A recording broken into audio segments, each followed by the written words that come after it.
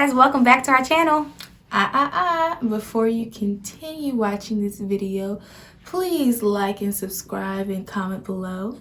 So today we're actually going to be reviewing Malcolm and Marie. And manipulation. There's a lot of manipulation going on here. Oh my god, the gaslighting. So the premise of this movie, it's basically a raw conversation regarding the ins and outs of a toxic relationship. There's fighting, trash talking, crying and peeing. But we have our two main characters that are the perfect ingredients for a toxic relationship. We've got our narcissist Malcolm. And the passive aggressive Marie. Okay. Who plays Malcolm? What is his name? Let me just look it up really quick. Denzel Washington Jr. No, that's not his name. He's not a junior. Mama, what's this boy's name? His name is John David Washington. That is his name. So we have John David Washington playing the narcissist of Malcolm. And then we have Zendaya, playing Marie. So the film is actually in black and white. It's supposed to be set up like I guess you could say a 1930s classical romance movie, but it's supposed to be modern day, so our times. I think that was a great strategy that the director used because without colors and just letting us see black and white, it allows us, the audience, to more so focus on the dialogue, especially since this is just a movie consisting of two characters. So in all of the film, there are a total of 5 fights between Malcolm and Marie in this night. So let's get into the toxicity, you guys. Round 1. So Malcolm, he just premiered his movie. He directed and did he produce it? No, he wrote it. Yeah, he's the writer, producer, and director. And so it was the premiere and it was big and he's all hyped up and excited. They're coming home at 1 o'clock. He's so excited. It's like 1 a.m. 1 a.m. My God. I instantly can tell that Marie she seemed a little pissy. Like she seemed like she really wasn't she was very passive aggressive. And this is how you can tell he's kind of just in his own world, because how do you not know that she has an attitude? I don't know. He just wasn't tuned into how she was feeling or acting. This kind of gives me that Malcolm is already emotionally insensitive, because he obviously can't tell that his partner is not feeling great. She's a bit off. And so throughout this entire movie, every time a character pees, we're about to get introduced to a whole fight or argument. When they pee and smoke. Yeah, and drink. Yeah. So it's kind of like, we took that as a symbolic, as a symbolism for release. So a release of whatever they were holding on to. Yeah. Yeah. We get a little insight on Malcolm's character. He's rambling off about his movie. He talks about how he considers himself academic. He doesn't consider himself academic. And then Marie points out, Malcolm, you have a whole college education. One of your parents is a therapist and another one is a doctor. What are you talking about? He doesn't know how to acknowledge his privilege. You have privilege, and just because you're black doesn't mean that you don't have some type of privilege. Let's start there. Right. He definitely comes off as an elitist, and he does, like one of those elitists that downplay their elitism. Doesn't recognize classism either. Yeah, he just that's Malcolm. What else? That is Malcolm. Anyway, so eventually he realizes that Marie is upset, and then she's being very passive aggressive about it while making him macaroni and cheese. I'm not upset, Malcolm. But eventually it comes out that she's upset because he didn't thank her in his speech. He thanked everybody else but the person who the film was supposed to be about. Dun dun dun. The film is about Marie recovering from her drug addiction in her 20s. And then we get to the blows. Malcolm starts gaslighting. Yeah. He starts saying you're delusional, you're psychotic. Here we go, guys. This is only the beginning.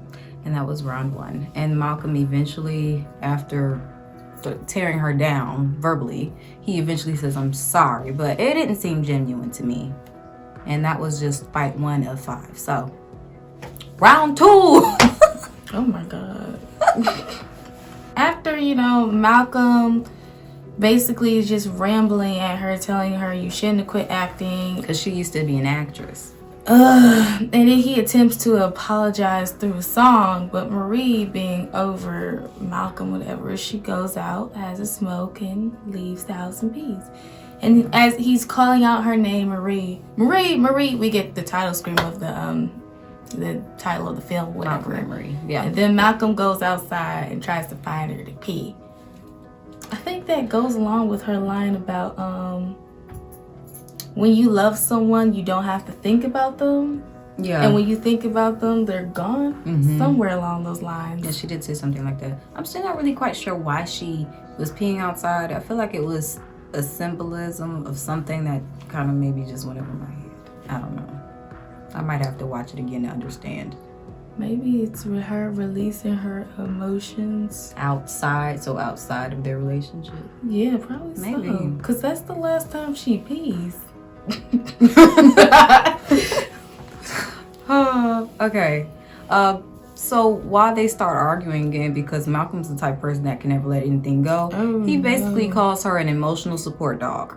As he's eating, isn't this as he's eating macaroni and cheese? As he's eating the macaroni that and she cheese made, that she made, and he's aggressively eating that macaroni and cheese. And he brought up her past suicide attempt with nail scissors. He's going in for the jugular. If you're ever in a relationship with your significant other and they start to throw digs at you, throw jabs and digs at you about things that you have personally told them, or things that will hurt you deep down to your core, then obviously this person is not someone you want to stay in a long-term committed relationship with. Yeah. Get out of there fast.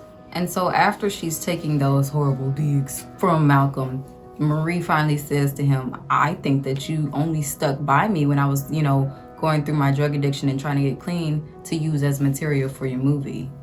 And then she calls him out again about his privilege. And instead of listening and soaking in and realizing what she said, he goes outside and throws a big boy tantrum in the woods. Yeah, because she basically tells him that you lack creativity. You haven't been through anything since life has been given to you, Malcolm.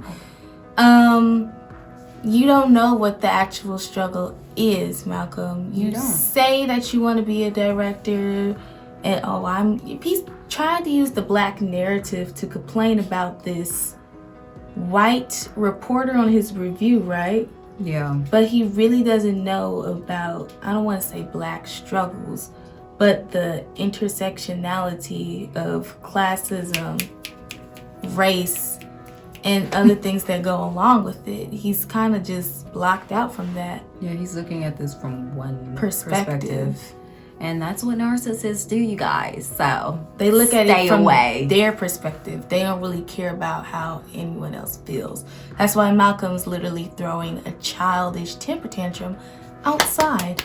He ain't never had one of these. As Marie is taking off her clothes and preparing to have a nice bath, she's about to be at her most vulnerable moment, bare naked in the tub. And here comes round 3. Malcolm, he knocks out the window and says, "What do you mean by calling me mediocre?" And then she's like, "That's really all you took from what I said." Oh my gosh. This is fight 3, right? This is fight 3, and it's ridiculous. So he comes in while she's trying to relax and take a bath, and he starts coming for the jugular again, and he tells her, "I could snap you like a twig." This is important because in fight, we in fight 3. I think it's in between fight 1 or 2. She asked him about the Imani character, right? And she tells him, "You wrote that character based off of me." And he says, "No, I didn't. I wrote it based off of his cousin Rick. My cousin Ricky, Just he couldn't come up with an actual firm answer. But then in this bathroom scene, What does he say? He says that Imani was based off of all of his ex-girlfriends, and all of them are broken. So he has a thing for broken girls. All of them just so happen to be addicts or had some type of brokenness in them. And someone that needs codependency or Yeah. just dependency. He loves people that need to cling on him emotionally. That's what narcissists do. And so he started to go into detail, throwing all of that in Marie's face, just making her feel bad about herself. He called her so many names. He said, Marie, why do you want to be debased and degraded? He said, you look like a clown. You're scared. You're selfish. And you're needy.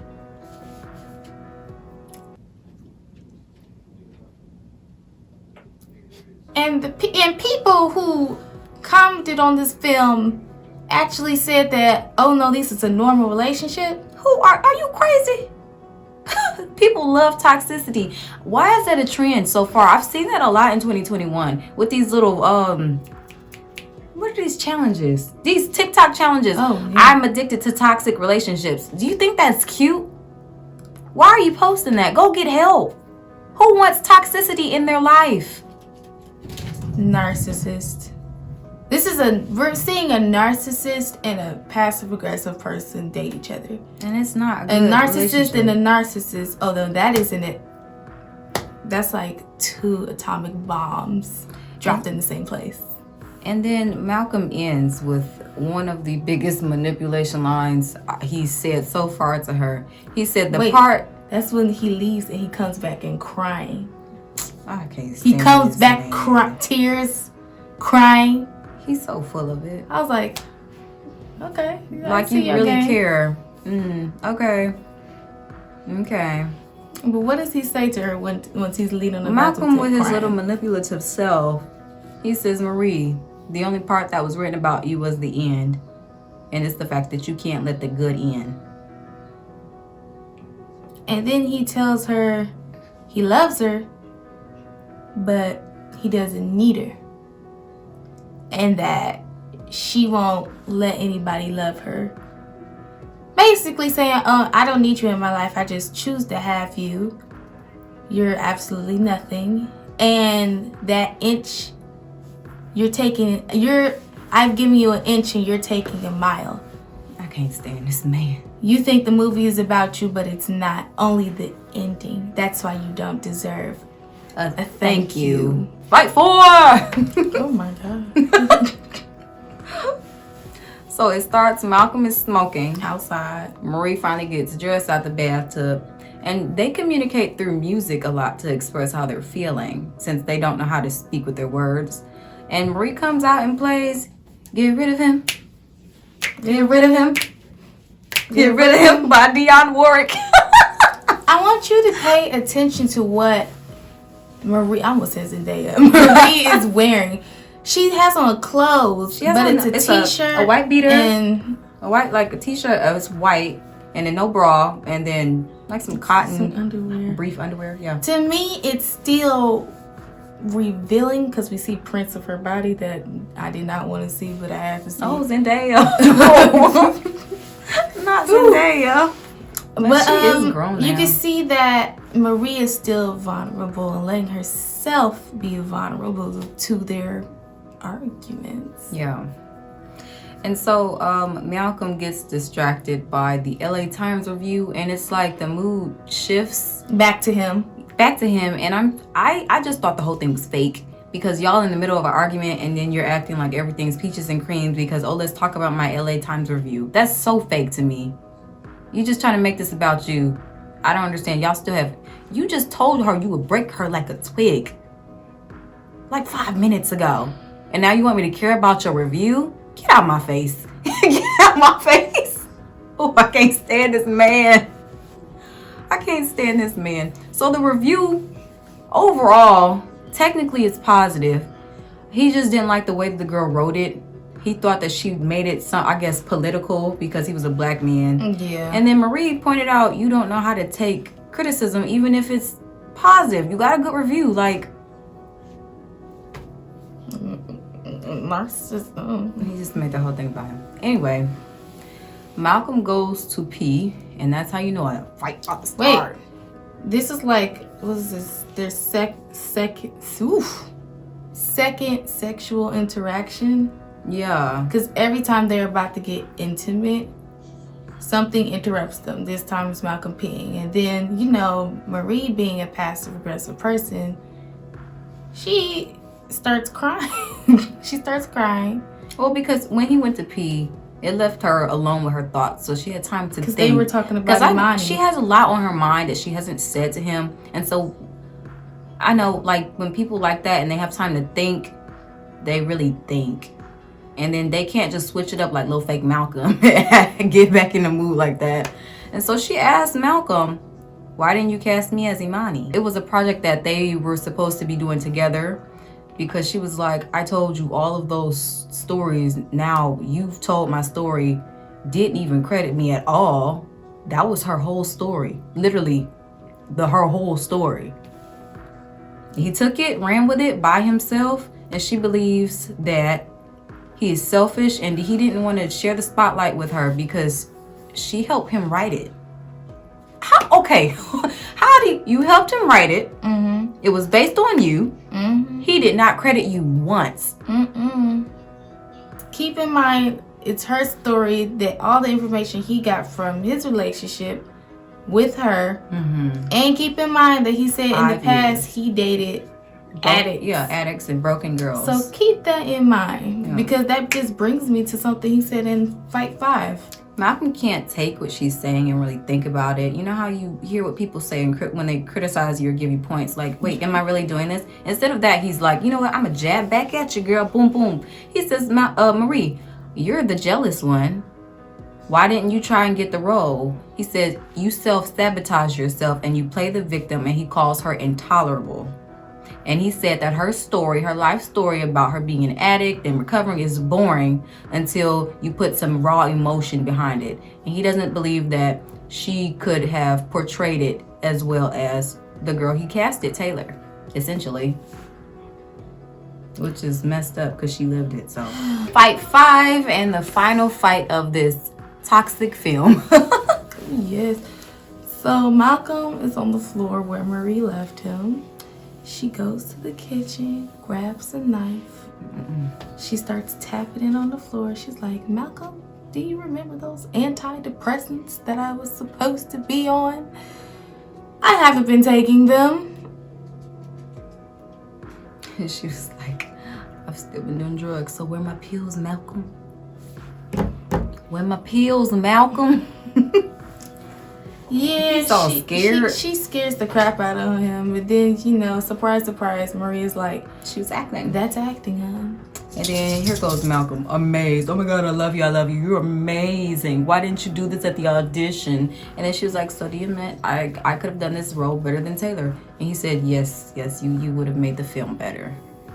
And then he called her. Okay, this is them. They're moving to the bedroom now. They're in the bed. He calls her his muse, and so I'm just like, Malcolm, do you take in these girls so you could find a muse, something to create, you know, for your own writing because you can't write? He lacks authenticity, creativity, originality, imagery. Ugh. Okay, so Marie has time to think again, and she was asking Malcolm why he never gets jealous, and she says, it's because you're a narcissist, Malcolm. He never considers how he can be a better partner ever, and he never considers that Marie will ever go, so he doesn't think she's ever going to go anywhere. Marie is going basically over everything that he said today. She brought up the twig comment, snapping her. I think that was actually one of the harshest comments that he said today, like, I could snap you like a twig. That upset me so much. But Marie stated, you lost me today. I'm out. See, I wasn't sure if she was saying she was leaving or if she was just quoting, because they do a lot of quoting in here. But I'm going to take it that my girl's out this relationship. At least I hope, because I hope so. and she says she only ever wanted a thank you. Not even just for like the movie, but thank you for He never thanks her for anything. No, thank you for making me the macaroni and cheese. No, thank you for being the love of my life. No, thank you for being here. No, thank you for supporting me. No, thank you for anything. All she's ever wanted was a thank you, because he doesn't acknowledge her in general. That's their whole relationship. Outside of this whole film debacle, he's just unaware of anything having to do with Marie's feelings. The final scene, we see Malcolm wake up without Marie next to him. He's all wandering around the house, Marie! trying to find her. Marie! But lo and behold, we the audience, we're set inside the house, and we can see throughout the window that Marie is outside looking at, I don't even know where they live, so I can't even say an ocean, I'm gonna just say the distance. Yeah. And he's standing right next to her. So I'm gonna take this as a symbolism, like Marie being outside means she's out of the relationship officially. That's what I'm taking it as.